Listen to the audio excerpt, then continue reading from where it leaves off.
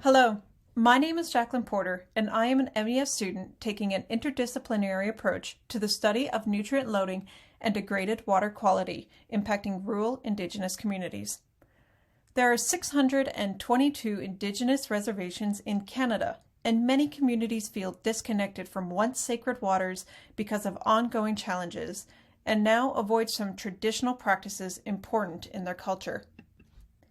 In my research, I focused on excessive nutrient loading in freshwater bodies in Treaties 4, 5, and 6 in Saskatchewan, and how nutrients influence toxic algal bloom growth, their impacts on the health and culture of affected communities, while evaluating the performance level of current water governance practices.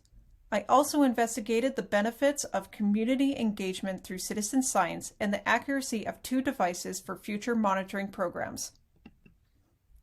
I used a multi-method approach and incorporated engaged scholarship and citizen science with impacted Indigenous communities and watershed organizations. I used data analysis program to find correlations between nutrient levels and weather, microscopy methods to study algae in samples, a SWOT analysis on water policies, and I interviewed Indigenous community members and watershed agents on nutrient issues. From the 1,292 nutrient and correlating climate data, I found that precipitation is the main driver to nutrient inputs during normal weather conditions, while dry soil and nutrient-filled dust are the strongest drivers during drought seasons. I also found that the accuracy of the 2 citizen science devices were poor when measuring phosphates and nitrates, and suggested adjustments to their algorithms and to use alternate reagent types and additional wait times for clearer reactions. I identified 11 cyanobacterial species and discovered that their dominance over an algae bloom varies based on the water body type, leading me to create a gradient scale on the expected estimation of algae growth, which can be employed in monitoring programs.